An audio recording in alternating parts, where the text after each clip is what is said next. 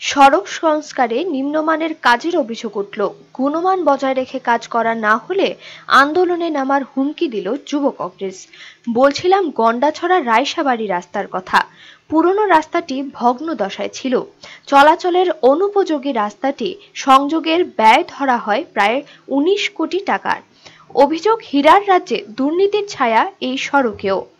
ব্যাপক ঘোটালা হচ্ছে নির্মাণের ১ মাসের মধ্যেই খানাখন্দের সৃষ্টি হচ্ছে। এ নিয়ে ক্ষুব্ধ যুব কংগ্রেস। রাস্তার কাজ নিম্নমানের হয় তারা সরব হন। আগামী ১ মাসের মধ্যে রাস্তা ড্রেনের কাজ ঠিকমতো না হলে বৃহত্তর আন্দোলনের হুমকি দেয় তারা। যে গন্ডাছড়া টু রসবের রাস্তা ১৯ কোটি টাকার কাজ, অথচ সেই কাজ অত্যন্ত নিম্নমানের হইতেছে এবং সেই কাজের মধ্যে কোনো কন্ট্রাক্টর বা ঠিকাদার, কোনো ইঞ্জিনিয়ারের কোনো আমরা দেখা পাইছি না। আমরা আজকে আয়ে দেখছি এই কাজের মধ্যে আপনার যে ড্রেনের কাজ, ড্রেন থেকে ধরে সমস্ত কিছু রাস্তার কাজ সমস্ত নিম্নমানের এবং পিস করতেছে, করতে দেরি হইতেছে, উঠতে দেরি নাই। এবং ২০১৯-এর জানুয়ারি মাসে শেষ হওয়ার কথা, অথচ দেখা গেছে আজকে মার্চ মাস, অথচ কাজ কমপ্লিট হয় না। জোর জমানায় এই হলো দুর্নীতির চেহারা। অভিযোগ খতিয়ে দেখে ব্যবস্থা নেবে কি দপ্তর?